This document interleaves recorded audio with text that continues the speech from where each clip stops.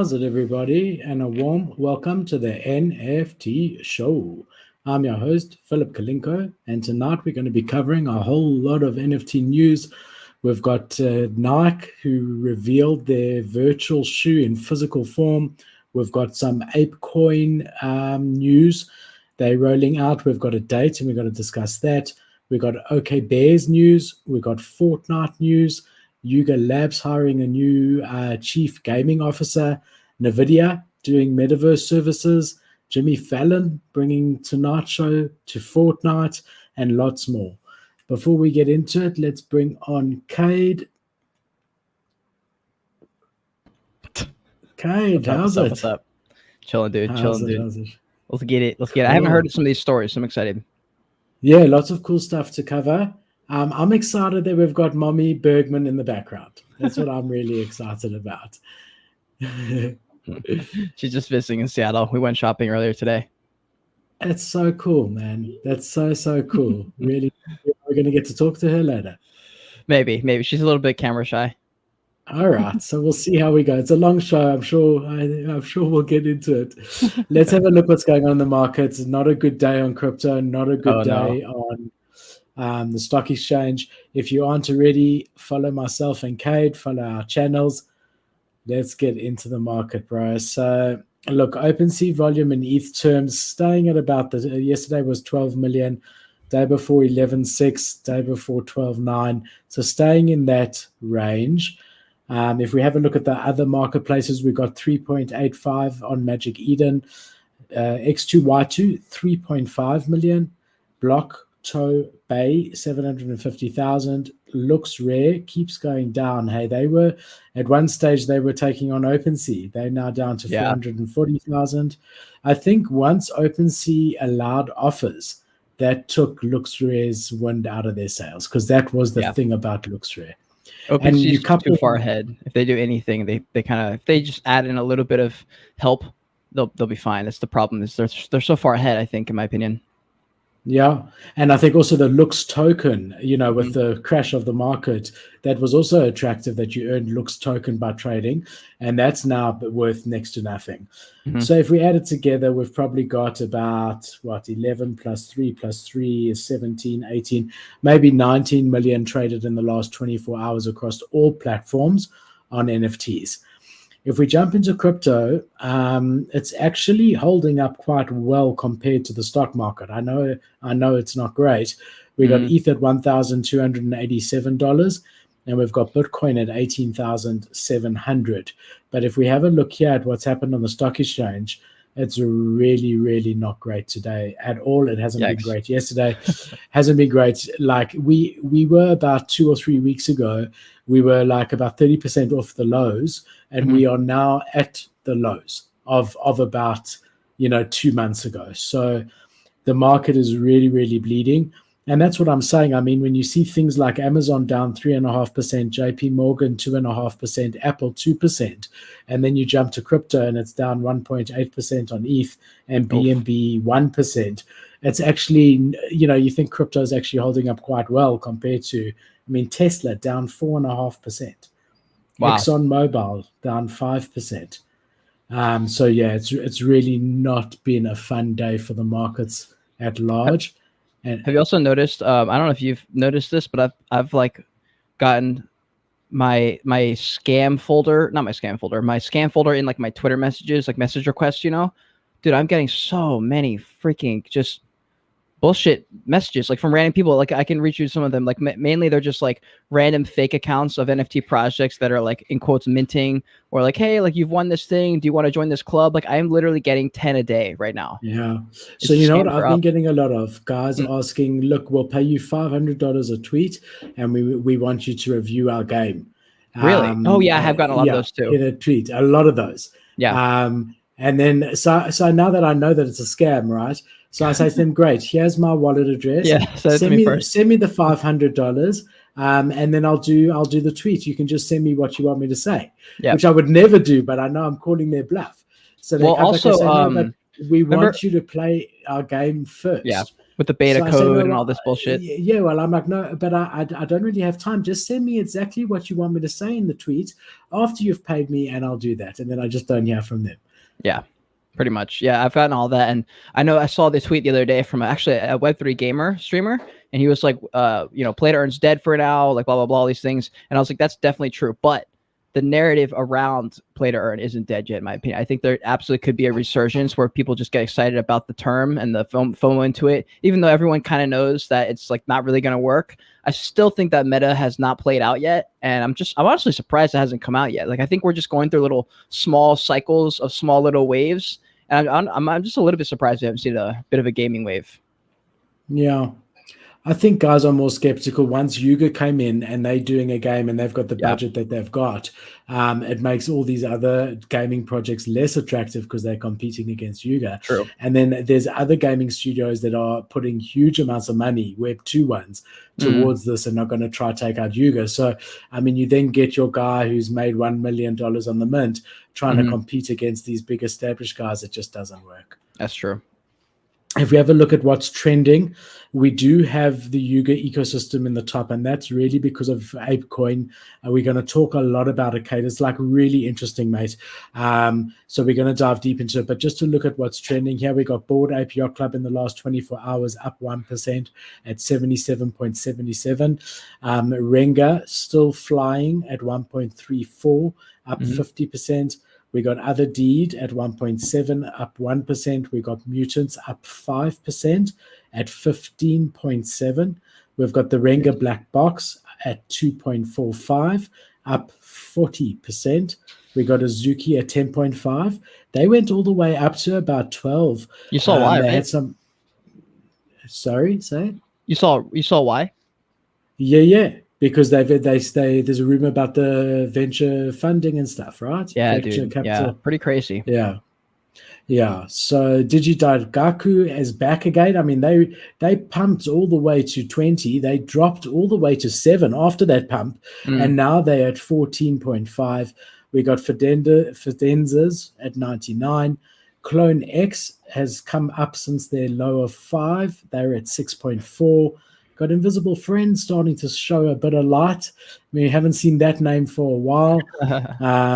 We got Cool Cats who announced their new CEO, and they up to about 3. We got Moonbirds at 11. So that's what's happening. There's one that I've been seeing quite a lot of that I find quite interesting.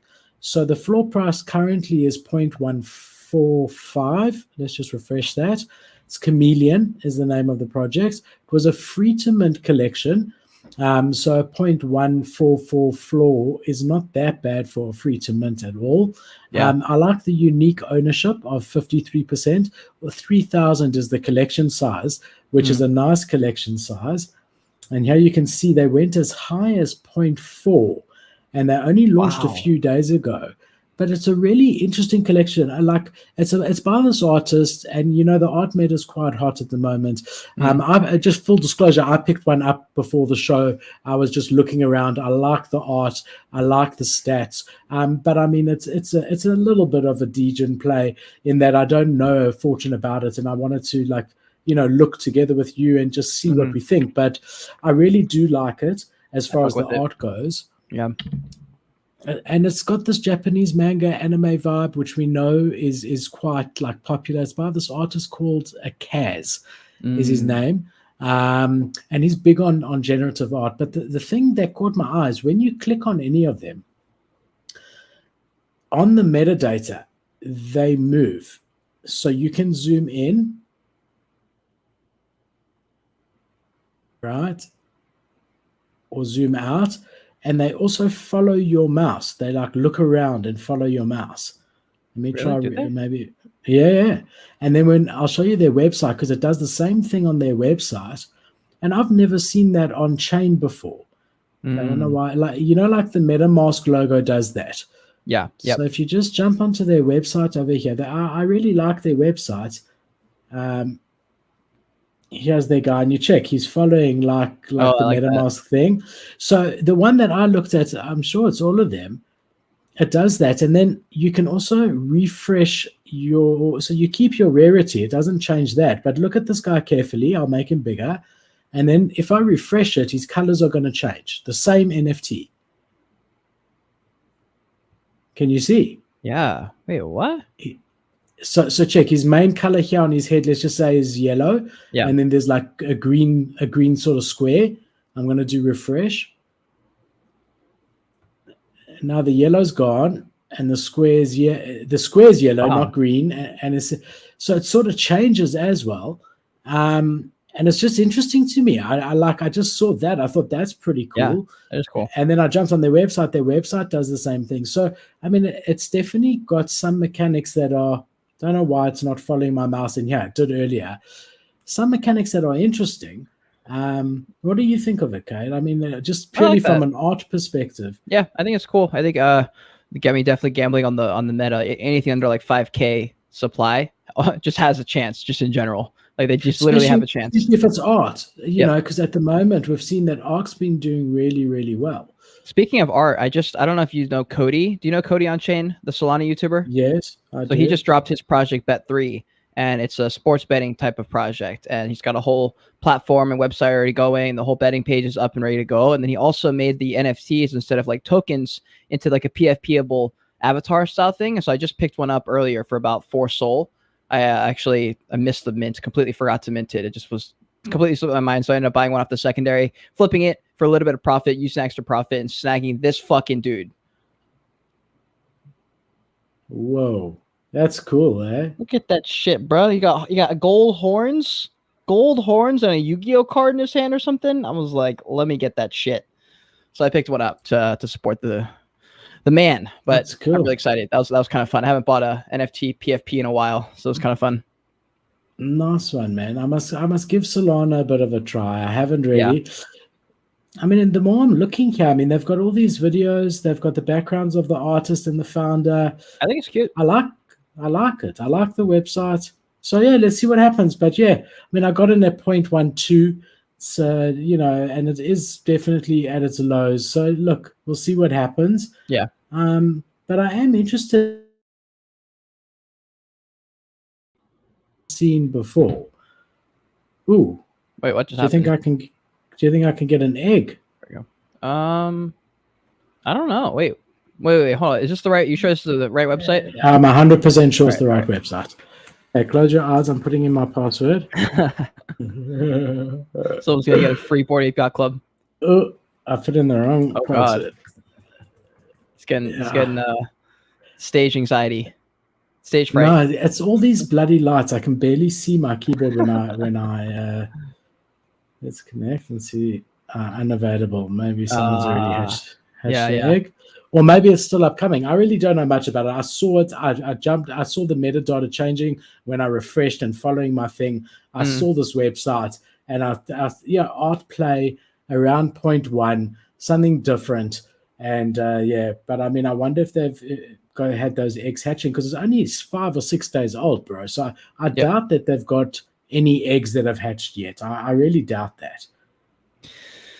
Yeah, probably, honestly. The interesting thing, too, is for people who are being degenerates in trading and stuff, you can literally save yourself just by waiting like literally 36 hours and almost like if you're buying a project that's kind of has a lot of attention, literally just wait a day or two. And the floor's just been dropping for a lot of projects. They'll have a few days of some attention and stuff. And then like, especially if you're looking to pick one up to hold, just like waiting a couple days, waiting for that FOMO. I should have done that with Bet3, honestly. I'm sure the floor is going to come down an entire soul by the time I could look again, and I'll be like kicking myself. But I've noticed that for a lot of newer projects. So we'll see. I mean, I guess that kind of makes it sound like you're going to get fucked here, but who knows? Yeah. Look, I mean, I've been noticing that the other point with that is that I think that there's going to be many dips on all collections going forward. I mean, I've been saying for a while, as much as it pains me to say, we're in the beginning stages of this, worldwide recession, to be quite honest. Even Powell said it the other day when he announced the 75 basis points cut. He said, like, we're about 15 miles into a marathon, and a marathon's like 50 miles, which means like we're 25% into it for the last 6 months. which means that this is going to go on for another year and a half. So that's why I've been in absolutely no rush at the moment to buy anything. I'm eyeing some blue chips like always, but I'm in no rush because like even when I saw Azuki pumping and I thought, they're going to have this raise and it's going to pump. Thought, no, there'll be chances to buy in a lot cheaper. And I'm not even talking the next week. I'm saying the next 6 months, there are going to be, and even ETH, unfortunately, and Bitcoin, there's going to be chances to get in much cheaper than you are at the moment. Sadly, I really do believe that. But something I did pick up that I called it out. I don't know why it keeps asking. Okay, it's a different side. Something that I did pick up that I called in all the Discords I do alpha for is this Meta Hollywood Alpha Pass. Now, it's really cheap. I covered this project a long time ago, and it's basically Planet Hollywood, the restaurant, coming together with Meta Studios. And it's official. It's like proper Planet Hollywood, and they're going to be like all their memorabilia and stuff. They're going to be, some of that stuff's going to be auctioned off. And they dropped anyone who had whitelist, so 1,700 people, this access pass. And I think this is basically your proof of whitelist. I don't know if you get a discount on mint price. I would assume you do, but they're trading at $12, mate. And I was on the whitelist. I got one dropped at no charge, and then I just picked another one up earlier today at 0.08 or something because I know that it's got notable teams behind it. Really some of the biggest. If you guys are interested, the video, you just search my YouTube channel. I did it quite a while ago. But I think this is a great play. You're risking $10. Wait. So what you get whitelist for? What is it? For Meta Hollywood. They're doing a NFT project that's got a whole lot of benefits. It's a collab with the official Planet Hollywood and a metaverse studio, and a big metaverse studio. And the thing about Planet Hollywood, it's a good fit because they are like into collectibles, right? They've got the biggest collections in the world of memorabilia. So it makes sense for them to come into the NFT space, Planet Hollywood, and this is their official entrance into the NFT space. Damn, you think I should pick up one or two? I do, bro. I picked up another one. It's $12. Bro. Yeah, and let's just say mint is in a month. I don't know the mint price. I don't know all of the details about it because that wasn't released when I covered it. But I imagine worst case you could flip it for 0.05. Sorry. Which, I don't know. That's just like not financial advice. Obviously, nothing we say is financial advice. But that's something that I called out. And I like plays like this, which are, what is the downside? The downside is you losing $10, $12. That's Chipotle. That's a whole Chipotle meal.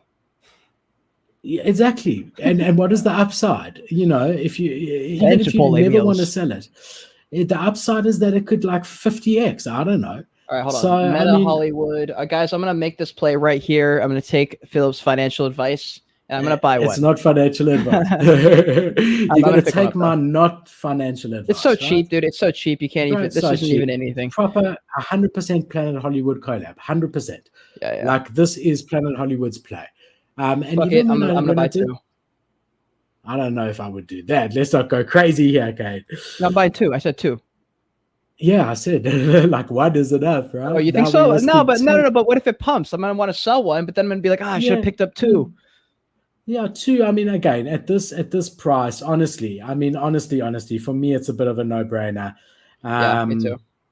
And in any other market, this would be pumping. And really, I've been in the Discord a bit because I've had whitelist there, and they really seem to want this to be their long-term play. They haven't been in a rush. I covered this about 4 months ago. So they really know the market's not great. They're taking their time. So yeah, I picked up another one. I got airdropped one, and I thought that was a good risk reward play in this type of market. I'm gonna do some more research on that. I'll probably watch your video, but I picked up two. I'm not gonna let you go to the moon without me. All right, when I could have just bought one for $10. Awesome. So did you get? Have you got? I got two of them, dude. Look at this. Hold on. That was quick. Just picked up two. Right. There it is. Awesome. Yeah, so guys, we're gonna go to the moon together. If you want to participate with us, Not financial advice, but if you want to get into this with us, I just picked up a couple. We'll see what happens. Yeah, I think there's not much that you can go wrong there. So that's a little bit of alpha before we get into the news. So what have we got here? APECOIN announced their date of APECOIN staking, 31st of October. I was expecting it to be a bit sooner. To be quite honest, they were hinting at it being sooner. There was supposed to be a Spaces 2 days ago. For some reason, that got postponed. They said that one of the important guys in this wasn't able to do it. I think he was sick or something. Fine. And then they just said, in lieu of today's postponed Spaces, we wanted to share the go live date as the 31st of October. Well, they're definitely APECOIN's going. APECOIN's going live, bro. With staking in 5 weeks' time, and it's really quite a complicated mechanic, right? So basically, anyone who owns APECOIN can stake. However, if you own a Bored Ape Yacht Club, then you, up to a maximum of 10,094 APECOIN, you get a higher guaranteed yield than someone who just stakes the coin. Gotcha. So if you have a Bored Ape Yacht Club, you would be able to then stake your APECOIN and get a better yield. Same thing with the mutant apes. The Bored Ape Kennel Club, no, it's a multiplier. So if you just have a kennel club, you won't get anything. But if you have a mutant and a kennel club, or a Bored Ape and a kennel club, you get an extra allowance for it, right? So the yield on Bored Ape Yacht Club is like 400%. Jeez. But that's why we've seen APECOIN holding steady while everything else has been dropping. It's between $5.50 and $6 because of this. But I think people were anticipating it to be sooner than the end of October. And we might see, depending on the global market, which is not looking great, we might see dips and other opportunities, or maybe it just continues to hold stable. The important thing here, I mean, I've got a mutant and I've got a kennel club, actually. And I've been really giving this a hang of a lot of thought as what is the play here, what to do. So on the one side, I know that any project that I've staked anything with, any projects, the rewards in the beginning have been decent on some of them, like Metaverse is the one that I did really well on, those metaverse plays. Wait, how well? Like really well. Like the NFT itself was 2 ETH, and you would get about, after 6 weeks, you would get 2 ETH. And I held for about 3 or 4 months. But wow. I reinvested. So after I saw that I got 2 ETH and I'd paid for the NFT in essence, I bought another Metaverse Genesis. And then when I got 1.5 ETH after 6 weeks, I bought another. And so I ended up with 4 Genesises and ended up having to sell them at like, whatever, half an ETH to 1 That happened to me with Yugaverse. They're like apes. I bought I just kept buying Robo Ugas because it kept giving me more and more until it didn't, and it crashed. I was like, fuck me.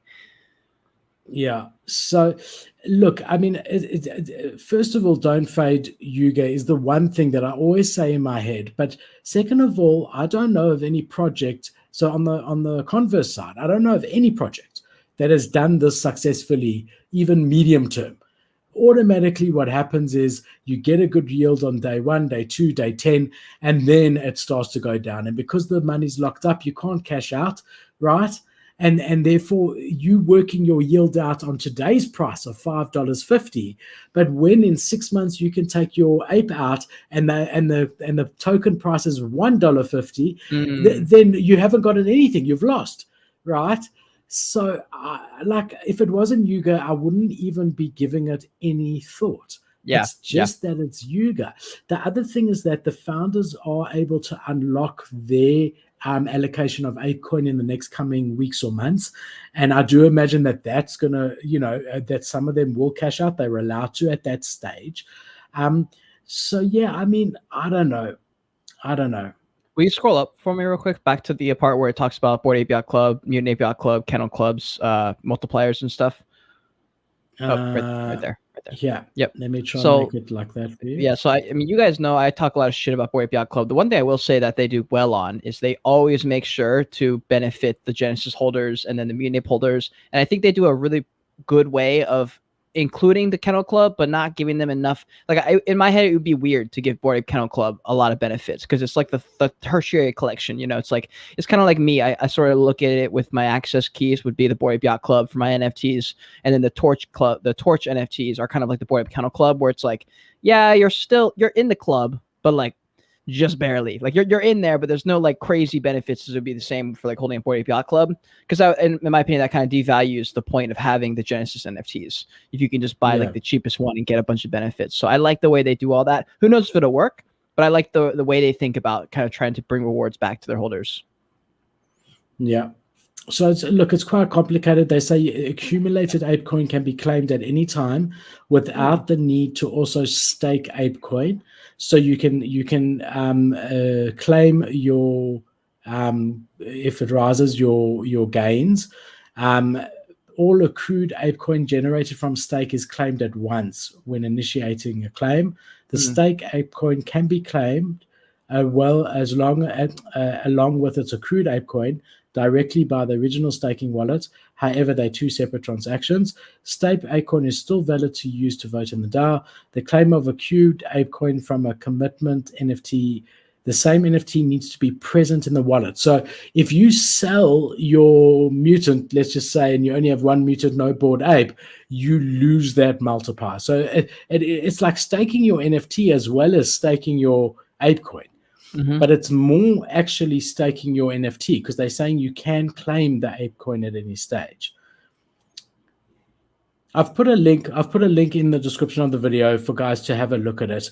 And they've committed $300,000 to $500,000 for this, meaning that that's what they're going to be paying out in rewards to the entire, staking pool, which is, obviously, a lot of money. But if you divide that amongst everyone who stakes, I don't know how. Yeah, I was about to say, is that enough?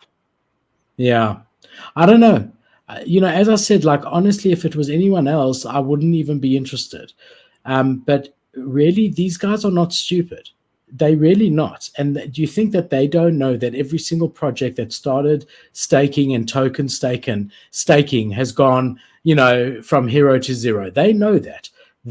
I think they might have something up their sleeve. They honestly, if it was anyone else, I would find it's a simple staking. I mean, I don't know. For me, staking is always a red flag, always. But because it's Yuga, I'm like, I don't know. And the other thing with staking is that it's quite a dangerous play because once you start allowing for staking of your token, you open yourself up to the SEC more. And you're under more scrutiny, you more considered a security. But again, they've got great legal advice. So look, if it wasn't Yuga, I would be like, this is ridiculous. The fact it's Yuga, I'm thinking they've thought it out and they've got something up their sleeve here, I think they can have something up their sleeve, but I think maybe they will only pull it out if they need to. Yeah, like a backup plan.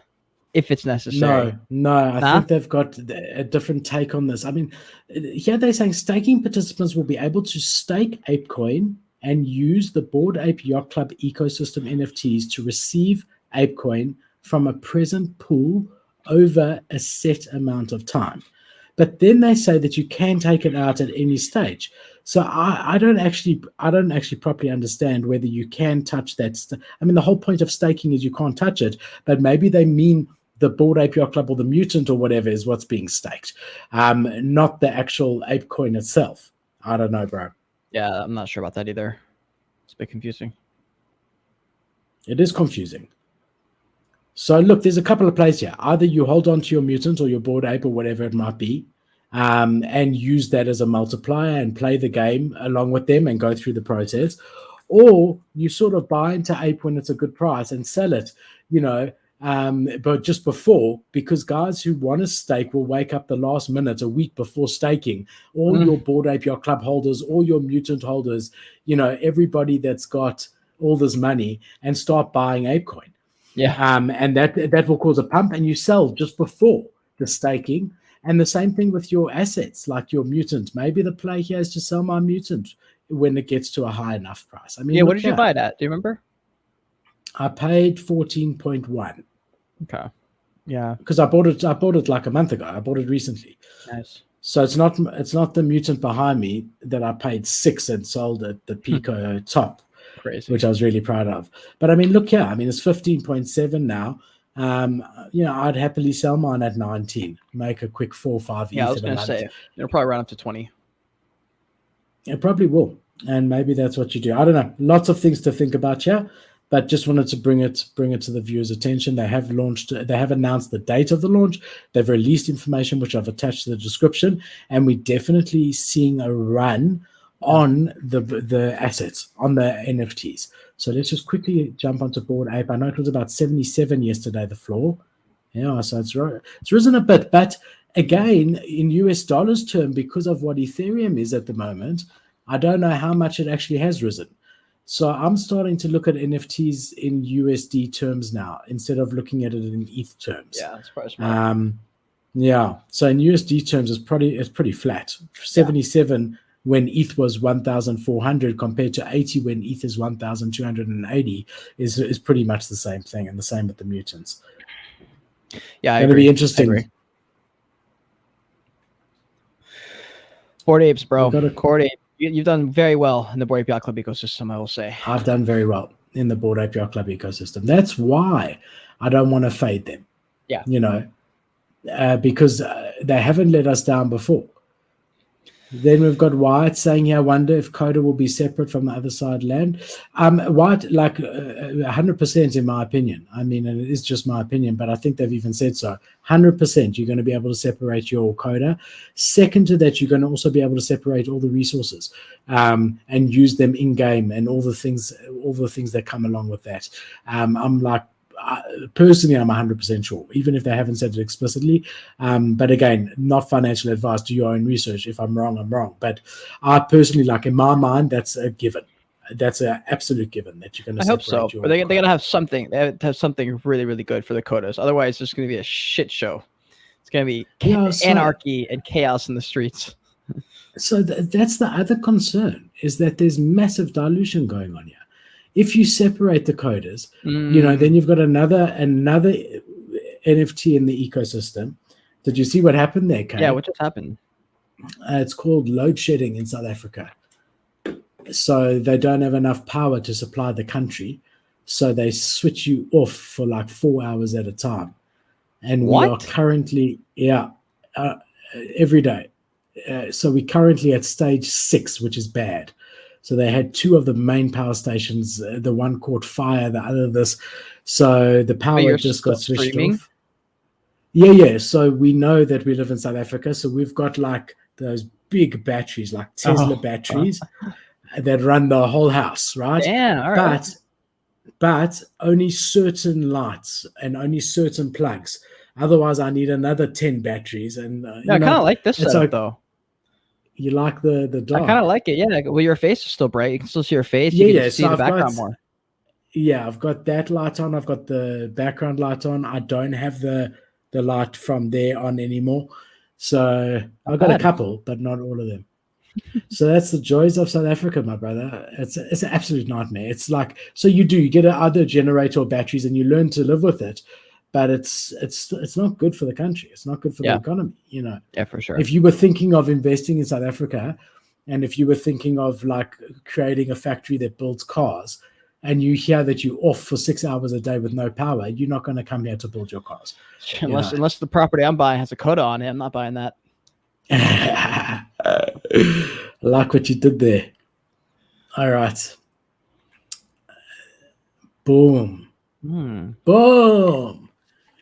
All right. So, the shoe that we've got. So, not the crypto kicks, not the shoes that they dropped recently, but the virtual shoes. Yep. Well, Nike and RTFKT have shown a physical prototype of crypto kicks. That's a bit underwhelming. I'm not going to lie. I'm sorry. The crowd goes wild. What do you mean? I don't know. I don't know about wild.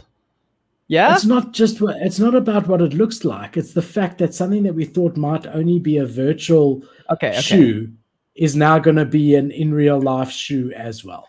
That concept is cool. The concept is cool. I feel like they're missing something on this. It looks like they're aesthetically missing. Fine. color. Fine. There's a color missing there somewhere. You see, I think they were limited, bro, because let's just do this because they had already. I don't know if they even intended for it to ever be an in real life shoe. This particular one, it was. Let's just go here. Let's pull it up. So they might have just designed it digitally, because remember that's the one that if you insert the vial, it changes the shoe depending on the vials you have. Oh my God, half ETH for a shoe, fam. If you're in the chat right now, I would love to hear your opinion on these shoes. I think in a metaverse setting, you're running out with an avatar in Ready Player One. I'm down. That's cool. In real life, you though, insert the vial. Yeah. But Cade, you insert the vial and it changes the aesthetics. So what my thinking is, look, depending on the vial you have to change it. So my thinking here is that there may be something that this changes color. I don't know, or changes style. In that case, it's cool. In that case, it's cool. Yeah. Like, I don't know, but this thing might be blue here because that's the base shoe, and then you connect it with your NFT and it becomes the color of the robot or the other one, right? Yeah, I mean, it's cool in the sense of like they're moving. I mean, I'm definitely becoming more and more of a Nike stan and CloneX stan as I stream with you every week, because they are doing cool things, and that they probably do have one of the best shots in the space as far as making something in the metaverse. For sure. I mean, look, and a lot of people that weren't there in the beginning of Clone X's release are saying, "Oh, it's a cash grab because they're charging for all the merch." I just want to take you through it. You minted, but you minted the Clone X, okay? I think it was 0.15. They went immediately to 3 Ethereum before they had anything to do with Nike. Yeah. Then there was the Nike news. They went all the way to 10 ETH. So you could have sold and pocketed 10 ETH. Then they dropped you the first land, the first virtual cyber box. That went all the way to 2 Ethereum. True. Then they dropped you the second box, all for free. Airdrop, all for free. Then they dropped you the RTKFT cubes that we see, the silver cube, that even now is sitting at 3 ETH, but at its height was sitting at 10 ETH. Then you open that cube, you've got another cube now, the bronze one, all of this is free. So then they come and they release a hoodie and they say to everyone, look, will you just pay $100 for the hoodie? And everyone's like, oh my God, This is a cash grab. Meantime, if you were early and you just got, and I was early and I got all of these airdrops and I hold all of them. I haven't sold any of them. I'm happy to have them because I believe in the system.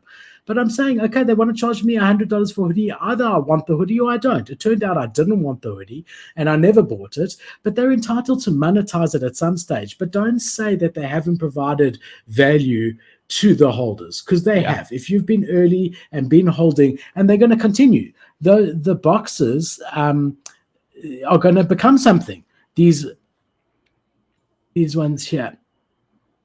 Okay. I mean, the only people complaining are the people who missed it all and they're upset about it. Otherwise, they wouldn't be bothering to complain. So, yeah, I agree. Is that it? I mean, you got the silver. This is the silver box. The floor price 2.8. So this you got airdrop for free. Then you open this, you got that virtual sneaker that I just showed you, as well as a vial, and you could have been very lucky and got in the Murakami vial and sold that for 10 ETH. But there's another MNLTH, which you got inside of it, the bronze one. I hate the search. I hate the search. You know what's interesting? More NFT projects need to have all their collections in their bio of each collection. Each collection should have the links to all the other collections. It makes no sense they don't do that. I do that in my NFTs, and I'm a fucking one person. Like, how do these projects not, like, how does the entire ecosystem needs to be in that bio so that people know? Otherwise, they got to do all this bullshit. Yeah, I agree. So, I mean, this is a great play in my opinion, right? It really is, because it's going to give you the next vial, the next whatever, but who knows how long it's going to be. And I'm not saying this entry is great. I don't know. It could go to 1 ETH if the market carries on what it is, but forget the price side of it. Just as far as entering the system, this is going to give you the most out of it at this point. It's going to let you continue on the airdrop route, but it even makes sense to buy the previous box, because if you have a look here, this is 2.8 ETH. You guarantee to get the shoes, which are half a ETH. So that takes you to 2.3. and you're guaranteed to get this box, which is 1.8 ETH. So that takes you to like 0.45. And then you guaranteed to get a vial, but you just don't know what vial you're going to get. So for 0.425, the gamble is, are you going to get a floor vial, which is 0.13, right, the human, or are you going to get a rarer one? So anything above, like demon, is 0.665, you're in the money.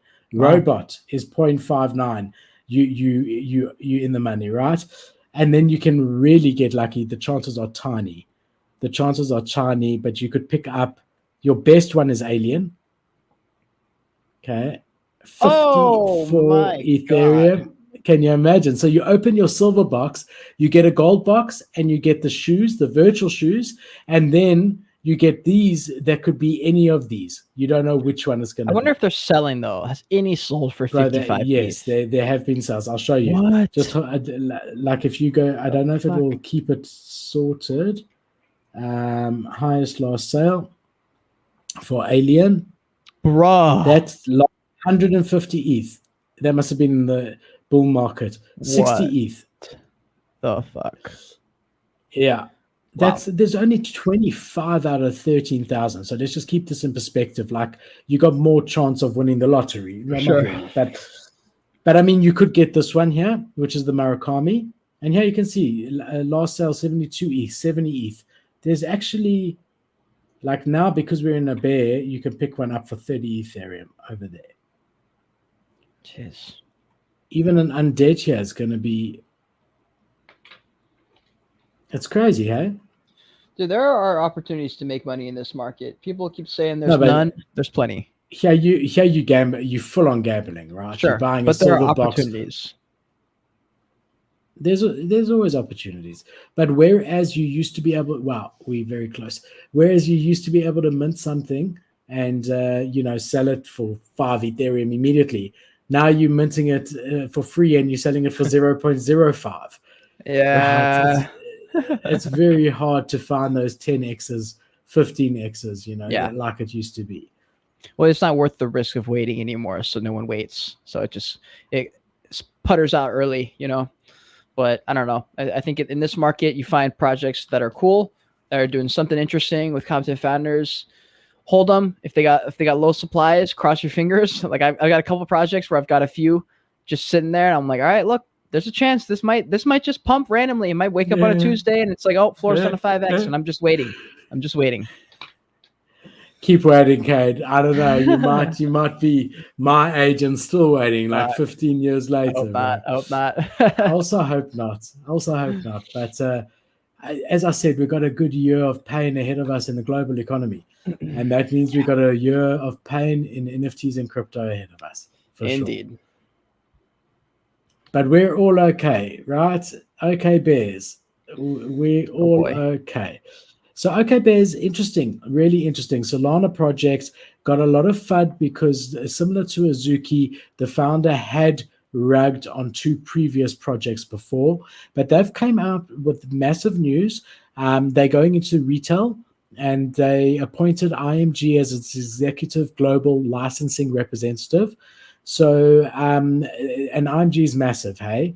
So their president of licensing, IMG's president of licensing, said that OKBear's brand message and value have resonated with people across the world, and we plan to ensure that these are celebrated and reflected in the range. They've also said that they're going to be, OKBears is going to be launching a secondary collection. Again, except for Yuga, no one has been able to really do that successfully without diluting the first. I really do love the art on these. I really do. They remind me of Bored Ape Yacht Club as far as the cleanness of them. And I really do. I do. And I like the project. The only thing that turned me off was the founder with these previous 2 Sol projects, which, we're not going to get into. Again, we spoke about that last week with regards to Azuki. Yeah. But here you can see, excuse me, the next drop is on the horizon. The trading milestone has been reached, and gears are in motion to begin the campaign shortly. What to expect? A series of online campaigns for OKBear holders and limited bear drop of 1,000 NFTs to successful campaign participants. So yeah, man, they're doing well. They really, hats off to them. They're doing well. Yeah, honestly, yeah, I like OK Bears. I've been keeping not a close eye on them, but I really like their brand. I wouldn't be surprised if they stuck around for a while. I don't know if they'll do amazing long term, but I'm gonna be diving into the Solana ecosystem, the all-around ecosystem. So I will be learning more, I'm sure, because they are one of the top projects. I'm not sure if they're top 5. Are they still top 3? I assume they're top 3. Well, we got DGOD's number 1. Yeah. And then we've got Youth's number 2. Because they still 130 Sol. And then we got OK Bears, I think, at number 3, because they're about 90 now. They went from 70 to 90 in the last couple of days. But I don't know enough about we can check. Let's jump onto Magic Eden quickly. I mean, I love Magic Eden as a marketplace. I just, I had a good time, actually, using Magic Eden. I've seen today, Cade, a hang of a lot of Ethereum projects saying that they're now on Magic Eden today. Yeah, Dogepound, Subducks, both today told me about it. Yeah, so it's pretty cool. Yeah. Incredible. And I think obviously you're going to see it the other way around. Oh, there's Bet 3. So Sorry? So there's Bet 3. Yeah, Sneaky Vampire, all the old guys. I mean, I've got each of these. I've got an SVS NFT. I've got a Dogepound. I've got a Subduck. Wait, you still with the? Cool yeah, you have the ugly Dogepound, right? I sold the ugly one. I got my original one that I've had forever. So much so that I got it. It's in my. I'll show it to you. It's in my what's it called? In my hardware wallet, but I can show it to you still. Man, you got a Dogepound in your hardware wallet? Let's go. Bro, I love them. They were the collection, bro. Me too, dude. They were the first to do a launch pad out of all the projects. They were the absolute first to do the launch, and they were in the last bear market. Like I'm talking 8 months ago, they were the only NFT that didn't go down. Yep, I remember. Sort of like Guttercat has been doing now. I mean, Guttercat gang hasn't moved. They've been at 6 ETH throughout. You know, crazy. This is my OG here. Nice, very Let me cool. make him bigger for you. And I've had him for so long that I got dropped something called a diamond pause. Nice. What does that do? You know? I don't know. No. It's supposed to. It gives me more entries into when they do have some whiteness. It's cool, hey? It's just fun. Well, it's cool. I like this because we have friends. Like, well, you and I are friends, but also like other people who are making content are all friends, and like some of us all share the same NFTs, same collections. Like it'd be funny in a few years where like run around the metaverse, you and I both jump into our Dogepound avatars and go do some bullshit, some degeneracy. So here you can see what I was talking about with Clone X. This is the first pod we got. The second pod we got. We then got the silver box, which I converted into this box. And I've got a vial in my other wallet because I like to trade the vials. Here's my original OG clone, which I still have. He's behind me on the wall as well. He used to be my logo at a stage. It's a good one. Yeah, man. And my invisible friends. They've been pumping recently. They just flipped Cool Cats. 3 Yeah, but that's not saying, bro, Cool Cats is not saying much at the moment. Hey? Bro, you got a Cool Cat in your ledger. What you mean? I know, but they're doing terribly. True. Yeah. We'll see. So we wanted to see where they are. So on Magic Eden, where do I see like the top collections of all time instead of 24 hours? I think Solana is too degenerate, dude. I don't think they got that option. I can't believe that. I can't believe Utes has maintained 130 Solana floor. That it makes me It makes me so fucking annoyed that I didn't win Ute list. Like you have no idea, bro. Like the most random ass people won, and I'm sitting there going like, "Bruh, been making videos for like 8 months. Like, come on, that would have been such a clean, just like I don't even know, was it $5,000 gain if I could have flipped it?" Yeah, bro, I'm the same. Like, I also applied for it. Yeah. And you didn't get it? Got it. No. Man, it's because we didn't trade Solana NFTs. That's why. Very disappointing. Rip.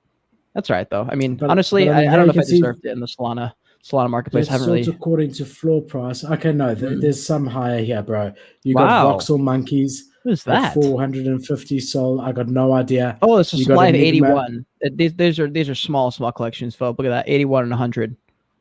Okay. So for then you got DGODs there, a 10,000 collection. Okay.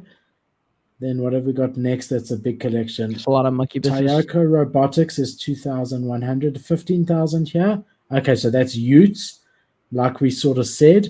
This one's 4,500 collection, and it's Blocksmith Labs. You skipped Solana monkey business up above. Bro, it's so hard to see without the proper lights and with these right things. there, number 6. Okay, 5,000 collection. Okay, so Solana monkey business. I've heard of that one. I guess I'm going to do, for people watching, I don't know if you guys are in Solana, but I'm going to be starting to do some reviews for the top Solana projects. So that'll be kind of fun for me because I'll get to test the waters. Yeah, that's exciting, Cade. Nice one, bro. Really good. I think you're doing good. I'd like to check out other ecosystems is the way to go. Okay, Bears. So I would say they're probably number 3, number 4, number 5, just depending. Yep. Here from the 10,000 collection. Yeah, they're number 2 or 3. No, they're number 3 because Ute is 15, so 10,000 and above, and then DGods, which is what I said. However, if you include Solana monkey business, which I think you should, they're number 4. So whatever. Okay. I mean, it is what it is. But yeah, they're definitely up there, which is quite interesting. Yeah, very cool stuff. Very cool stuff. All right. Then we have Fortnite creators. Epic Games lists the first NFT-based game on their store. So Blankos Block Party is the first game listed, NFT game, listed by Epic Games. Have you heard of these guys? I mean, I know who Epic Games is. I know who Fortnite is, but I did not know about the project. No, did not know about this. Yeah. This is why I'm glad I do this show, because I would miss half the fucking announcements if I didn't come on here with you.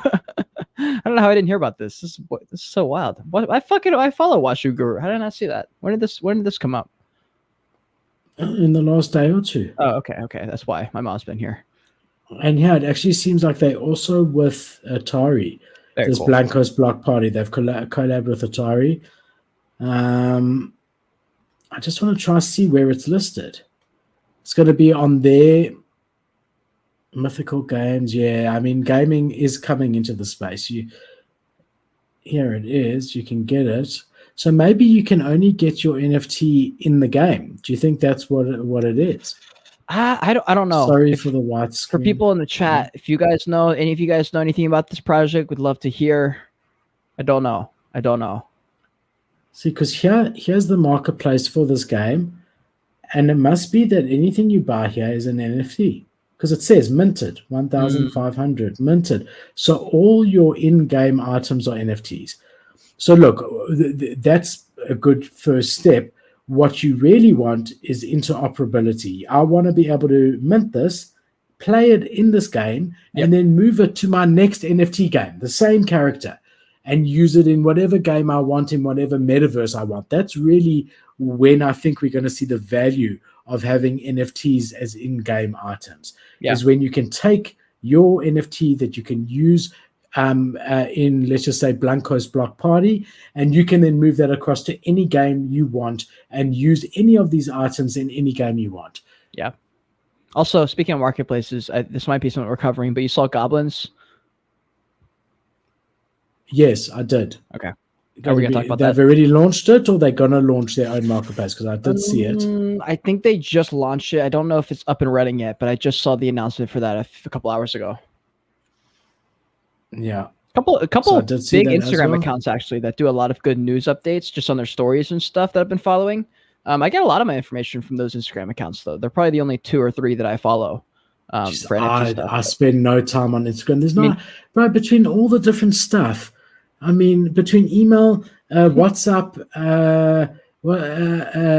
Discord, Twitter. YouTube comments, keeping up to date with that. A lot. What's the other messaging one that I have to be on for Discord? Some projects? Telegram? Telegram. I mean, emails. No, I don't want anything else. I mean, I've got an Instagram account, but I'm not checking it. I only follow like 2 or 3 NFT accounts, and I only scroll to look at those on their stories just to see any updates. Other than that, I'm just reposting my reels. Then I get off. I don't even scroll on Instagram or anything. I barely scroll on TikTok anymore either. I don't do too much scrolling for socials. I think like there's capacity for a couple of platforms in everyone's life. I don't think and I'm not talking about content creators. I'm just saying as a consumer, you'll have your favorite one or two platforms, whether that be TikTok and Twitter or whatever. But I don't think there's anyone who can be on Instagram, TikTok, Twitter, and all of that and be up to date on all of them. It's just impossible unless you're doing nothing. Well, that's the thing. I mean, I could do it if I have no life, which I often go through those periods of like 3 months straight with I don't do a single thing and I just stay up to date on social medias. But the thing is, like, it requires that you either have to go all in hermit life and just be on your phone the entire day, all day, or you don't, and you don't know. It's really hard to balance that. I see why having teams is like so important once you have enough money to start doing that. You know what would be really awesome? A technology that incorporates all of it into one app. I want that. One day when I can just have all my stuff on one place, it would be so nice. Yeah, everything. So whoever you're following on TikTok that you want notifications for, Twitter, whatever, you're in one app and you get everything in one app. Yeah, like I click home tab, and instead of home, it's like YouTube and then like TikTok and like just all in one spot. But you don't even have to go separately. Your feed, like your Twitter feed, will be everything from everyone that you want it to be, from any platform. So if you usually go onto TikTok and you see posts from XYZ there, but on Twitter you like seeing posts from ABC, on this thing you would see posts from both of them, from both platforms. Yeah. Decentralized social medias, all in one social medias. I'm excited to see where we go. For shizzle. All right, so we've got Yuga, again, hiring chief gaming officer to the metaverse. I actually really like this thumbnail. I love it. That's great. I really like it. I mean, but that's, you know what? That is the power of Bored Ape Yacht Club. Honestly, it's not, they have, this suits things like this. That's why they're so easy to make brands out of them. They really do work. It's incredible. I agree. Looks really good. All right, so we've got, ever since the launch of Other Side, Yuga has seemed intent to expand beyond non-fungible collections. Now it's found its man. The top NFT company has hired Spencer Tucker as its first chief gaming officer to head the development of its Other Side metaverse and other gaming ventures. Tucker is well-heeled in the gaming industry. He served as president of gaming at Scopely and the senior vice president of products at Gree International Entertainment. He announced the signing with a tweet saying, "Thrilled to announce that I'm joining Yuga Labs." He added in the statement that Web3 is revolutionizing community gaming and entertainment in the same way that mobile phones did for communication. He's excited to join Yuga Labs team and continue building in the era of interoperability. You see, that's the word I used, but that's where it's going. And community growth for Other Side. And that's why, to answer Wyatt earlier, you're definitely going to be able to remove your coda, because that's what they want. They want interoperability, the ability to use your coda in other metaverses and other lands as the long-term vision. So Nicole, the CEO of Yuga Labs, said that Tucker brings passion. You like her, hey? She's my wife. For games, and shares the vision Yuga Labs has for Other Side Metaverse, while Yuga Labs is most well known for its NFT collections, including Bored Ape Yacht Club. Speaking of that metaverse, it's been a hit amongst Web3 degens. Yeah, so interesting. They've hired someone. Hired someone there. Hey. John, nice to see you. Welcome, my friend. So, John, this is your first Freestyle Friday. So this is a much more relaxed show. This is Cade. Boom. Cade's another YouTuber, and him and I come every single Friday. We go through some of the latest news, we take comments, and we just chat NFTs. That's what it's about. Thanks for joining, John. Really, really nice to have you. And I see I missed JR's one altogether. That is what Moonbird's High Rise is supposed to do. Oh, wow. Okay, so he's saying Moonbird's High Rise, the technology that Moonbirds is developing, is supposed to be all your social medias in one app. Interesting. If they can pull that off, JR, that would be really bullish, bro. Yeah. I mean, I would personally want that, but it's got to be seamless. It's really got to work well, and I think it might be a bit more complicated than it seems. Because sort of like, let's just say that I get a post from Cade and he posts on Instagram all the time, but I'm not interested in Cade's Instagram posts, but I'm interested in Cade's Twitter posts because he doesn't post the same stuff there and there. So how do I sort of unsubscribe to Cade on Instagram without, I mean, there's a lot. Listen, if they can pull that off, it will be absolutely incredible. Yeah, I don't know. When I hear it put like that, I'm like, well, maybe it would just be easier to just have Twitter and Instagram be separate. But I don't know. I'm not sure. I would have to see what it looks like. I'm not sure what it would look like to have everything on one versus just being on a toggle between the apps. Like, I don't know which one would be easier. And we always go. The humans always go to whatever is easier. If it could be all on one and properly and really seamless, it would be much easier to have one app that's got everything on it. Yeah. And effectively shows you what you like seeing for each of it. All right. And here we've got NVIDIA and Omniverse. They are partnering up. So we've seen NVIDIA, just from a share perspective, has really been dropping lately. First of all, the USA has said that they're not allowing NVIDIA chips anymore to be distributed everywhere. And their floor price took a huge drop, which we should have known when Nancy Pelosi sold her bag of NVIDIA about 2 months ago. Because listen, like I'm South African, I don't know if they can arrest me, but she's got insider information. I'm telling you, allegedly. Let's just put allegedly in there. No, right? But she acts on it brazenly. So literally, she sells, and a month later, the US government no longer allowing NVIDIA to do chips for. So just copy Nancy Pelosi, bro. I swear to God, all these people on TikTok, they're like, yeah, I just have alerts on for all these like big famous people. They're like, I literally just copy their trades, and like all of them are profitable. Yeah, I'm like, yeah, no shit. Like, they're all cheating. Like, just copy them. Yeah. Yeah. No, I agree. I mean, it's not a bad thing to do what Nancy Pelosi does in the stock market. It really isn't. I just can't believe how she can brazenly just do it and get away with it. Because, bro, the people who are going to book her are also copying her trades. They're like, nah, keep her up. She's good. She's good. She's helping us out. That's why they don't bring her down. I'm just kidding. I have no idea. I don't know if that's how it works. So here we've got them launching a cloud service for the metaverse. NVIDIA, a world leader in artificial intelligence, has set its sight on the metaverse. Its latest product is the Omniverse Cloud Services, a compilation of different programs that aim to help companies navigate the waters of Web3 and build on virtual lands. The tech company announced the offering at NVIDIA GTC Developer at the conference last week. The NVIDIA CEO, Jensen Huang, said the next wave of artificial intelligence is where AI meets the physical world. They added that the Omniverse will be useful wherever the digital and physical world meets. The various programs that comprise the Omniverse cloud services include Omniverse Farm, a system layer that helps developers scale 3D workloads, the Omniverse Replicator, which is a system that helps users generate data for computer vision and robotics, and Omniverse Nucleus Cloud, a system that helps teams work together in 3D environments. Early supporters of the cloud service include WPP, the world's largest marketing services organization, Siemens, a leading industry leader in automation, software, and hardware, and Rimac, a pioneer in electric vehicle technologies. So that is really incredibly bullish in general for Web3. It really is. You've got the three companies I just mentioned, and NVIDIA are massive global companies, public companies.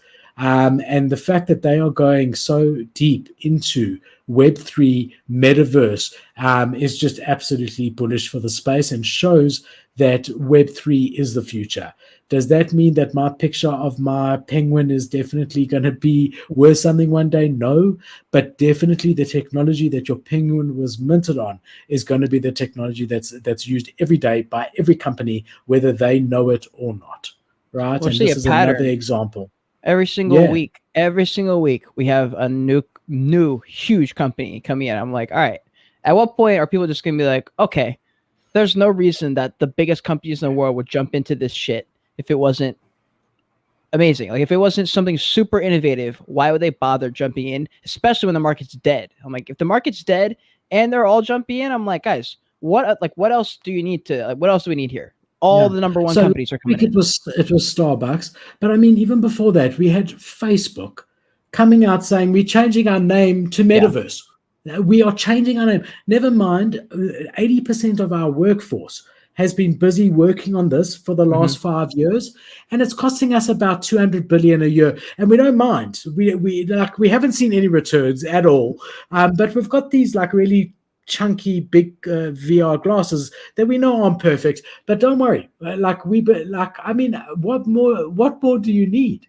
Plus, dude, you've seen the most fucking NPC responses to this. They're like, did you see what Mark Zuckerberg posted? Like, this is all they have to show after 10 years. I'm like, are you fucking stupid? I'm like, you really think after 10 years that like they like some picture got leaked or whatever about this like super silly looking metaverse thing, and people are like, this is all they have to show for it? I was like, guys, you fucking joking, right? This is but the Cade, honestly, that picture was bad, but brother. Well, okay, here's what I also heard. I also heard that picture was not real. I don't know if you heard about that, but I heard that picture wasn't. So we looked at it. You and I looked at it at the show. Then we weren't sure, and I looked on with you. I looked on Facebook's Twitter. We couldn't find it.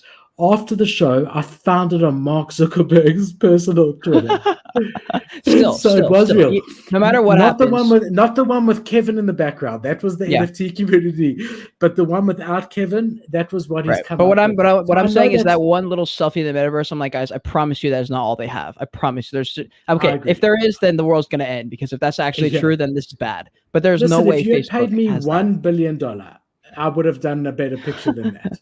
Or I would have leaked something that looks way cooler, just to like tie people over. Like, it's just silly. I don't know. People have little faith because they hate him. There's no context. There's no context in it. So that might have been, let's try and there might be a paint program in his metaverse that you can. Yeah. It's just silly. I'm like, guys, these companies know what they're doing. They would not be a top 500 company type deal. Like, they just wouldn't be there if they weren't good at their shit. They weren't innovative and have money and know the right people. Like, the big thing is they all work together. They all like know the right people. Like, who's the best guy to go to for this? Well, we all use this guy. So, okay, well, it's Sims. Like, all of them have these connections and stuff. I'm like, it's gonna be big. It's gonna be big. There's gonna be lots of money, and the biggest thing is there's just gonna be disgusting amounts of opportunity. That's why I'm like, if you can just understand this world. We're seeing it already. I mean, we're seeing car companies, Mercedes-Benz. I mean, we cover it every week in the show. Mercedes-Benz are using Polygon, the network, to now track their cars and the service history. I mean, we're already starting to see it. Starbucks is using it for their membership, which we said already, but there's a million of them. Yeah. Like every week, we bring you 3 or 4 that are big companies that are doing it. I mean, but Cade, I do think we are earlier than I initially thought in the space. I think like the early days, and that implies that it's going to take a good decade or so until we really see it mainstream. And you know what the interesting thing is? If you look at it, the internet was created by the military, right? And only became mass adopted 30 years after it was initially developed. Cell phone, the first cell phone, same thing, about 28 years later. So we're typically seeing that it takes a good 20 to 30 years for there to be mass adoption from when the technology is developed. And we 12 years into blockchain technology, right? So, okay, because we now further advance, maybe that 30 years goes down to 20 years, right? Because, we can do things a bit faster. But it also means that what we're trying to do is more complicated. So therefore, like 20 years is where it's at. So it's going to take perfect for us, dude. I mean, if it came tomorrow, we'd be fucked, because like we wouldn't have anything to cover. Like, the longer it gets spread out, the more we can make videos, the more big news comes out. Like, oh, this thing happened, that thing happened. It's like, I don't know. For me, like, I don't need mass adoption to hit on a certain day. Like, I just need it to keep going. Like, as long as it keeps going for us, we're able to keep covering. You're 24, man. In 10 years' time, I'm going to be having dinner at supper at 5 p.m. in the metaverse. I need to be in bed. I need to wherever. I need to be in bed by 6. I'm not going to be able to sit here with you at 11 p.m. at night. Nah, you will, bro. I hope so. All right. Then we got Jimmy Fallon is bringing the Tonight Show to Fortnite. Oh my God. Okay. This is a proper story, like legit as all hell. God. Okay. So here we have the Tonight Show. Samsung, again, another big name. And we saw it with LG as well last week. We did a story, LG also coming in the space. So Samsung is teaming up again with the Tonight Show starring Jimmy Fallon to release the show's first interactive gaming experience in the metaverse. Tonight at The Rock, powered by Samsung Galaxy, is set to launch tonight, Wednesday the 21st, so that was 2 days ago. Users of the new game will be able to visit the virtual replications of the famous sites in New York City, like Times Square, Central Park, as well as the Tonight Show's location in Rockefeller Center and Studio B. Besides the metaverse experience, there's also games and mini-games, some of which were inspired by Fallon's favorite, like Giant Pong, Gubby Crash Course, and Race Up the Rock. All right, so he's doing some games there, and I just wanted to read you this part.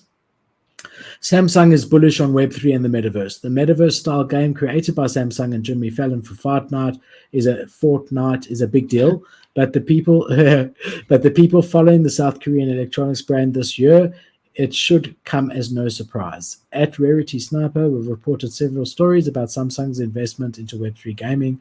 About 6 months ago, Samsung announced its latest high-end smart TV would let you browse, buy, and display NFTs. Did you see that? No. Because I don't particularly want to put my seed phrase into my Samsung Smart TV. Do you? I am not putting my seed phrase anywhere except the place it's already at. Where is it? Where is it actually? Don't tell me. It was a trick question. You're supposed to say, if I told you, I'd have to kill you.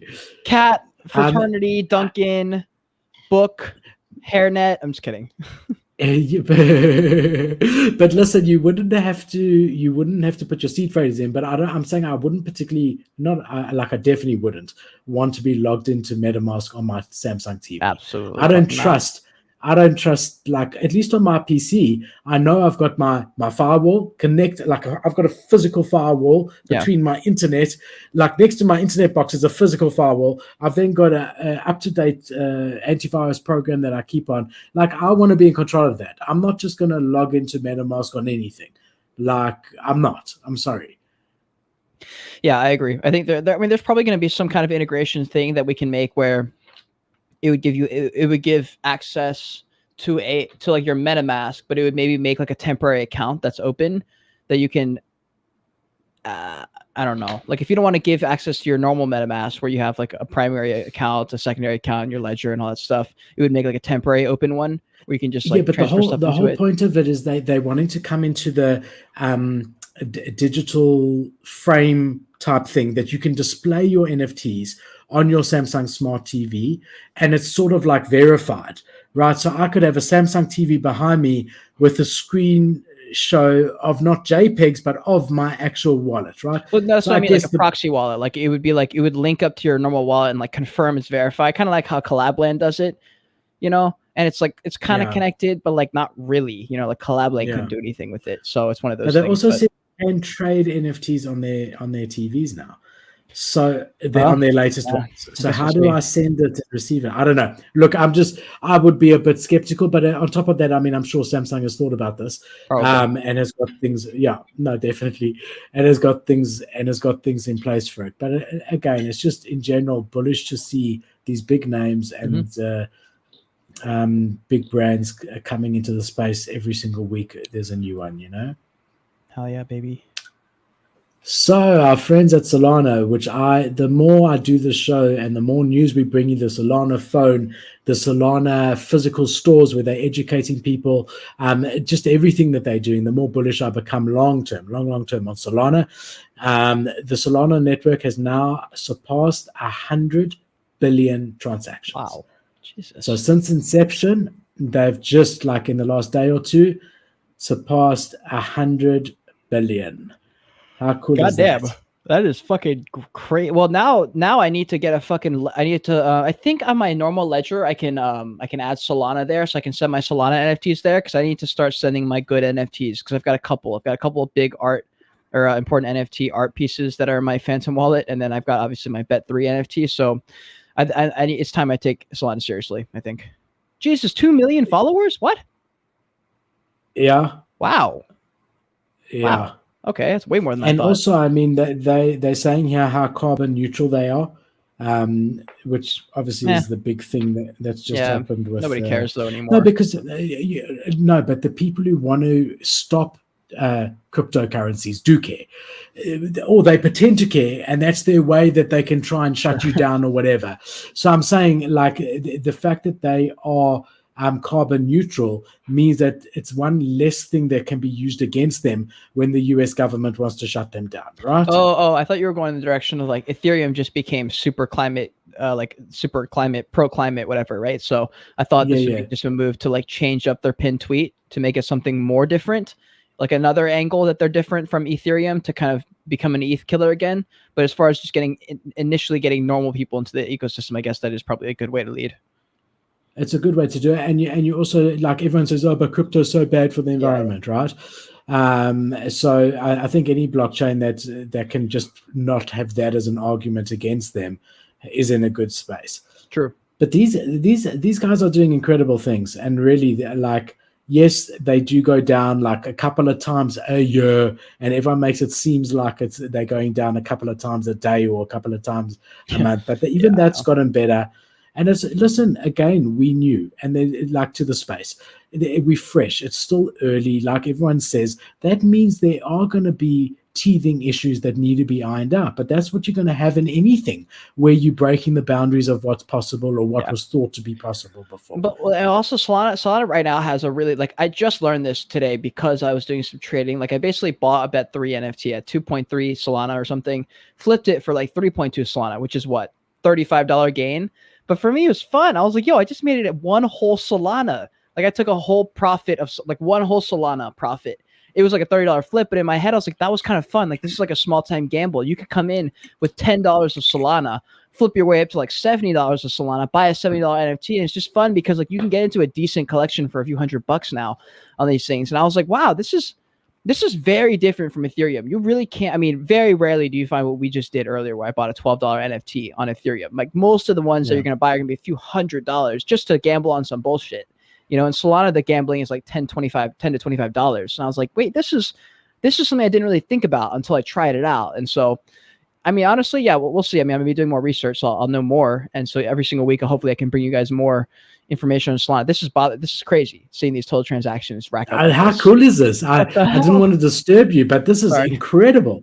So here you can see that we hit $1 billion, or they hit $1 billion. Since that, which was like 2 days ago, they've done 382 million additional transactions. Just checking at this, I mean, if I was like one of the CFOs or CEOs of Solana, this would be on a screen all day, because if it stops, I would be panicked, right? Just to make sure that this is moving, and that's what you want. But look at the speed of that. Average cost per transaction is 0.00025 cents, which is like a I don't know, bro. Like, that would be 20 cents. That would be 2 cents. That would be... I don't know. I'm recording. I just recorded a video of the screen because I want to use that for a TikTok video as like a joke. It's like some kind of rhetorical question, then have the screen just be this number flying at 1,000,000 miles an hour. Yeah. How many people are gonna like my video? And something like that.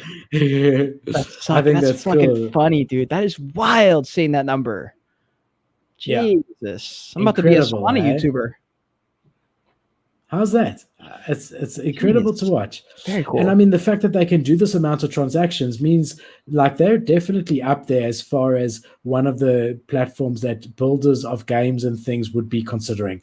You know, the speed of transactions and the cost of transactions. Exactly. It's one of them that makes sense. There are others, obviously, but it definitely is one of them that really makes sense. So yeah, man, I mean, again, just super bullish on Solana as far as it being the crypto. Oh, it stopped. Is it just my Cade? Hold on. There we go. It's like a good move too for it's a good move for cryptos too. Like, if you're a Solana bull and you think Solana is going to make a massive comeback, which it probably will, then you can go and pull out Alex Becker. You know, invest most of your money. It would be into or the money you were going to invest in the Solana ecosystem, invest most of that, like 85% of that, into the Solana coin, but then go into their small caps under Solana and figure out what those DeFi or like whatever those smaller coins are, and put like 10% of what you're going to put into Solana into that. Just because, like, if Solana goes up 10x, which it probably will in the bull market, you're looking at probably 100x for some of these. For some of them, not all of them, but some of them will do very well. I would say less than 10%. You think so? To your high risk plays? Yeah. I would say max 5%, even a bit less than that. I meant 10% of the money you were going to put into Solana. Like if you're going to put $100 into Solana. I would put 95 in Solana, and I'd put five into like $1 per 5 different sort of long shot plays, right? True. Probably. But again, I mean, it's as much of a muchness anyway. But I mean, all right. And then we've got here, Cool Cats has got a new CEO. So I've been getting conflicting sort of feedback. Some people are very bullish about this. Some people are quite bearish about this. I'd never heard before of Stefan Teglas. That doesn't mean that he's not amazing. I mean, there's many people that I haven't heard of, but he was announced the CEO of Cool Cats. He brings experience, leadership, and the right connections. What did we learn about him today at today's time? President of Recur. Wow. I don't know. Where do you see that? Do you scroll down? It says experience, the first comment. Yeah, okay. So about together, yeah. So experience prior to his Web3 experience as president of Recur. So I do know Recur. He ran, but his name I didn't know before this. He ran consumer products, licensing, and retail sales at Disney and Warner Brothers for over 25 years. Talked about a period in Disney where he was involved with rebranding Mickey Mouse, which he did. Rebuilding the Mickey Mouse brand. Sorry. Wait. Hold on. Go to those photos. What did it say? It said he tried to do something. No, but this keep going. This is his LinkedIn. Well, let's just have a look at this quickly. Okay, we're going to come there. So we've basically summed it up. Warner Brothers, Walt Disney, and Recur.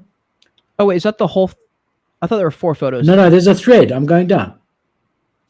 Right? No, I know. But on the photos, I thought there was. Is there not 4 photos right there? No, it's 2. Oh, okay. I thought you were going to tell us something in the photos. Never mind. No. So I think this is just his LinkedIn side by side. His experience, work experience from his LinkedIn, right? Okay, the next one is through smart collaborations and partnerships, much of which he plans to do for Blue Cat, Cool Cats, and Cool Pets. He sees Blue Cat as an instant icon and states that there are pretty big strategies that they're going to be announcing in the next 30 days. Demonstrated strong discipline today with his focus on staying true to the brand DNA, long-term focus, and commitment to cool. He wants Cool Cat to be here decades to come, so every decision, idea, and collaboration has to be in line with those tenets, which I agree with. I agree with every decision and collab must be in line with what you want to build. On top of his mind is how we think about the business and grow the business. Stephen wants to tell CC's story through numerous mediums, but where the brand will have the most physical touch points. From an internal team perspective, he's spending time understanding the Cool Cats team. He really does need to do a lot there because they aren't communicative enough. I don't think they have he really does need to look there. Then he says community first. In my role, I serve the business, but I also serve the community. It has to be the North Star, which I agree with. Your community is like your customers, right? Yep. With the mission, I need to understand the community, what they stand for and what they want and what it means.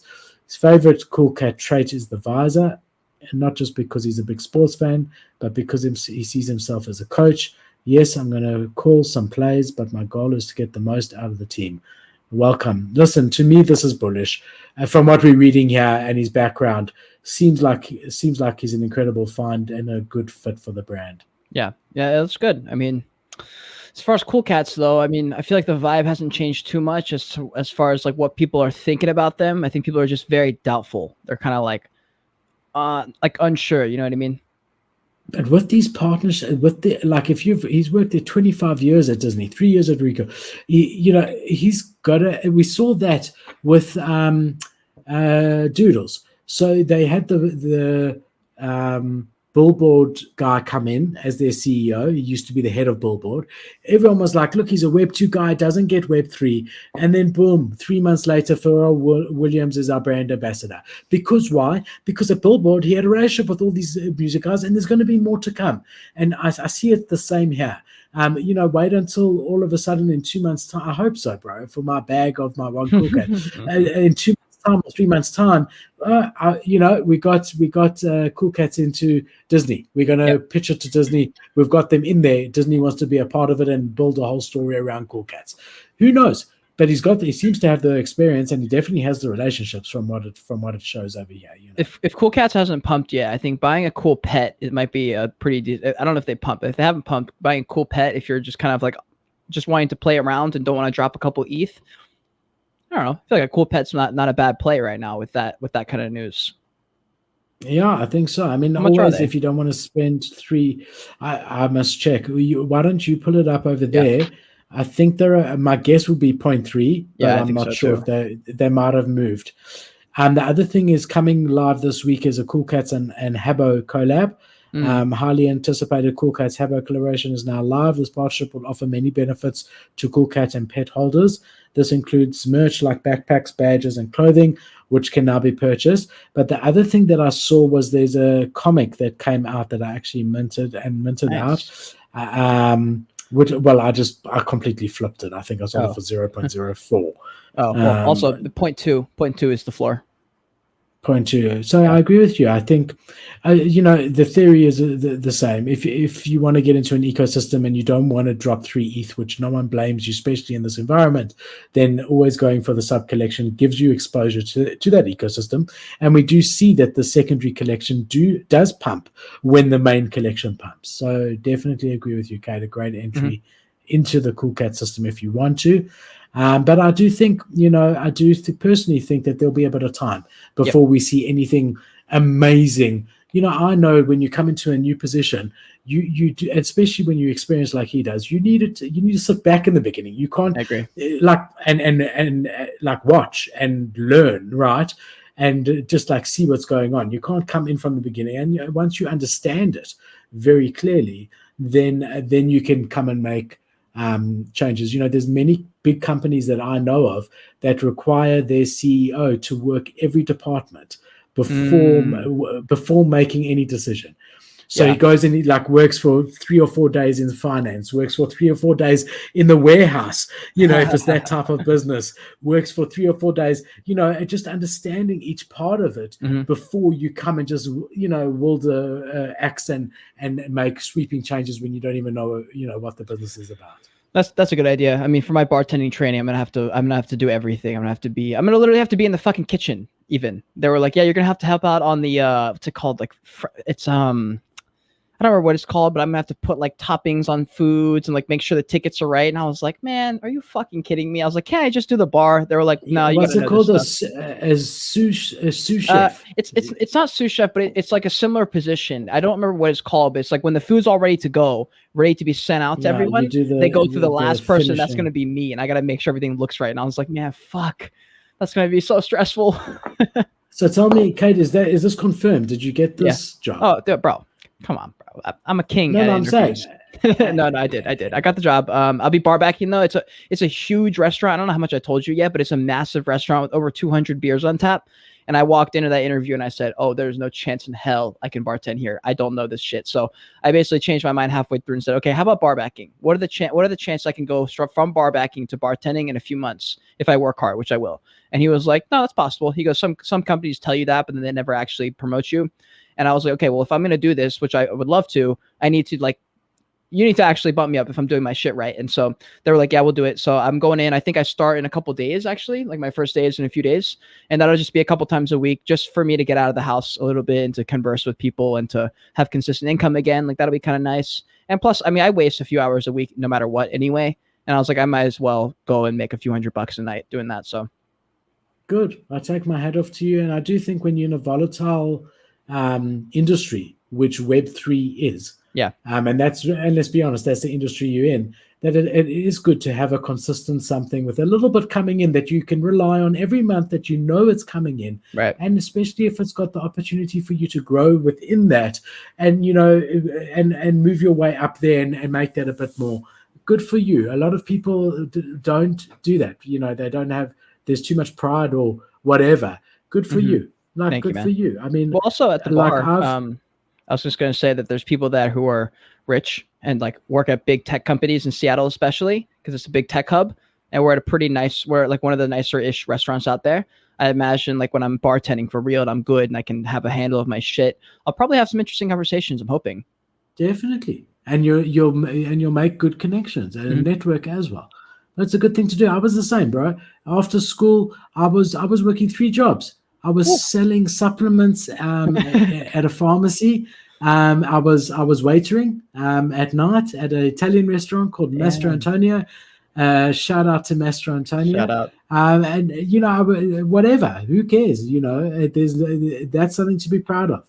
It's the guys that are too proud to actually work. This is beneath me, and they sit on the couch all day and do nothing. That should be a shame. Not to go I had out a and little get bit of a pride. job. I had a little bit of pride. I didn't want to. Part of me didn't want to, like a lot. Like part of my soul was like, please don't do this. Please don't do this. Don't get a job. Don't get a job. Don't get a job. Don't get a job. You're fine. You're fine. You're fine. Because I'm still making money. Like I'm still getting multiple reviews. Like I do anywhere from probably 2 to 5 reviews a month, which is fine. And I've never really gone below that, but it's still. I was like, yeah, but like, wouldn't you want an extra couple of grand a month, like just because, and you can get out of the house? And in my head, I was like, all right, at the worst thing that happens is I try for a month and quit and just like do something else. Let me just tell you, from someone who's been around a little bit longer, ego and pride are one of the biggest dangers in the world to many things. And that's all rubbish. Don't let it get in. Don't let it get in your way in anything. With relationships, where 2 people are angry with each other, and it's all big. No one will pick up the phone first, even if it's like big relationships, siblings or parents or husbands and wives, and both are too proud and they throw years away. Forget ego, forget pride. You do what you want to do. Live your life, bro, and be proud of that. Really, I'm very proud of you. Well done. Thank you, bro. Thank you. Cool. All right, we've got PGA Tour partnering with Autograph to launch their own NFT marketplace. Let's go. So we got Tiger Woods, Tom Brady, and the PGA teaming up together. They're going to do their own NFT platform deal, and it's going to launch 2023. It's going to feature like moments of the sport, moments of golf, sort of like, I don't know if you remember NBA. I'm sure you've heard of them, NBA Top Shot. Yep. And obviously they'll earn revenue from these moments that will be NFTs that are tradable on their marketplace. And then that revenue will be distributed back to the golfers. So I think it's big, man. It's PGA coming into the space. Dude, there's some heavy hitter people with lots of fucking money in that industry. The golf world, man. Yeah. Oh my God, there's money in that world. And they're coming in big. I mean, they're doing their own. It's not like, we're launching a collection on OpenSea. They're launching their own marketplace. That's they're really doing it properly, which is really cool to see. And it's just consistent with what we've been saying. Like big brands are coming into the space, but like left, right, and center. Hell yeah, man. I mean, even here, you just see Liverpool expand Sorara NFT partnership. I mean, like just looking through here, UNICEF brings internet to developing world via NFTs. I mean, it's incredible. It's incredible to see what's happening. We're mooning, bro. And here's the article in Golf Week, basically just fact checking. It's saying the same thing as both of them, right? So they're coming into the space. Announced a deal. It's going to run until 2027, the deal. So Autograph is going to have the rights to build the platform for them for the next 5 years. Launching 2023. We're at the 1 yard line, so obviously very, very early. It's a program designed to put money directly into the players' pockets, because we all know that professional players like Tiger Woods really do not get paid enough. So this is a way for them to get some money into their pocket. Enhancing the golf world with NFTs, Woods said in a press conference when he announced the deal. So yeah, man. Very cool stuff, dude. I'm not sure. Like, I don't even. I wish I could have an idea of what the future would look like. When I try and think of just 6 months out, I got no clue, dude. Like, I really have no idea. Like, I don't know. Like, people keep saying the recession's this, recession's that. And I'm like, okay, probably. But then like all these companies are coming in, and then you say like 20 years maybe, which is another 8 years from now. And I can't help in my head but think it's going to be faster. I just think in the last 10 years, we've just picked up speed by like 5 or 6 times the speed at which we've ever done anything with the advent of like social media and all these people and creating content, all this stuff. And I don't know, man. Like, I just find it hard to believe in like 5 years we're not going to be very, very, very far ahead. But well, the one thing you can look at is like VR is about 5 years before blockchain, and it's still hasn't had, even with the technological pace that you're talking about, maybe there isn't as much of a urgency for VR because the use case of it is not as extensive as blockchain. But blockchain's a lot more complicated than VR. Like VR forms part of what we're doing here, but so I do think we're not saying that it's gonna, like, nothing's gonna happen for the next 8 years. It's gonna ramp up, but it's this, it's the same as anything. Like, it takes time. It's like when you had your BlackBerry phone with buttons, and someone said, "Here's a phone with a screen." Like, it literally took 5, 6, 7 years before guys. There was guys straight away who took the iPhone, were happy, but before Apple had it. I mean, it was only recently that Apple got a leading market share in one or two of the countries that it's been trying for a long time. I mean, they're only the leaders in a couple of countries. There's many countries that they're not. But obviously there's cost involved and whatever. I mean, that's not just as a result of that. But yeah, I mean, look, in the end of the day, it's not just going to be black and white. There's going to be that gear up like we're seeing now. But until the fact that you literally on the blockchain, on your phone, without knowing, when you put petrol in your car or whatever you call it there, gas in your car, you scan your phone, it goes on the blockchain. Like, a lot needs to be built for it to be seamless and a part of our lives, the way the internet is a part of our lives now. And that is going to take, I reckon, 8 to 10 years, just based on how long it's taken before for things like this. Like, the internet is something that's comparable to this. It's complicated. It took a long time. There were companies, even when I started Perkel 20 years ago, there were companies like that we went to, suppliers that we got our stuff from, that said, we don't need a website. We don't need a website. And we had this website. They said, we won't supply you. We don't want our products on a website. That's hilarious.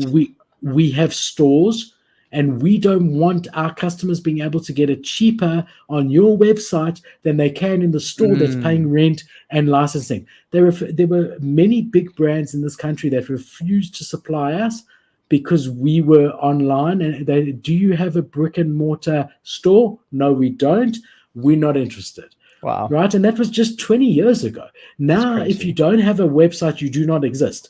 Like, it's as far as like Web2 companies. If you do not have a web page, your company is either insolvent or is going to be insolvent in the next few days, because there's no way to do that no matter what industry you are in. So, like, to my knowledge, Yeah, I mean, once websites became convenient, like, same with me. Like, once I made my website finally, I was like, oh, I see why everyone has a website.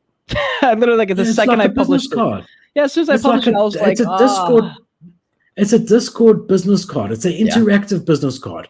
What do you do, Cade? Like, okay, go onto my website. You'll have a look exactly what I can offer you. It's all there. It's like a really detailed business card. That's what it is. Yeah. Now I wish I'd had it 6 months ago. As everything. Every time I change to something new, after people have been yelling at me for a while, I do it, and I'm like, I was wrong again. Like the Google Calendar, bro. Oh my God. Thing is saved my ass. Come to decisions ourselves. There's no good anyone telling us anything. It's got to come to it ourselves. So, fam, you see, I'm using Cade's word. Fam, if you've been enjoying the show, please like. It really helps us if you just click the little like thing, especially when we live. Only if you've liked it, but do that. Subscribe to both Cade and my channels. Cade's links, as always, are in the description of this video. And please join us next week again. If you haven't already, follow both of us on Twitter. You're welcome in both of our individual Discords as well. And keep well, keep positive. This is the future. Don't let the bears get you down.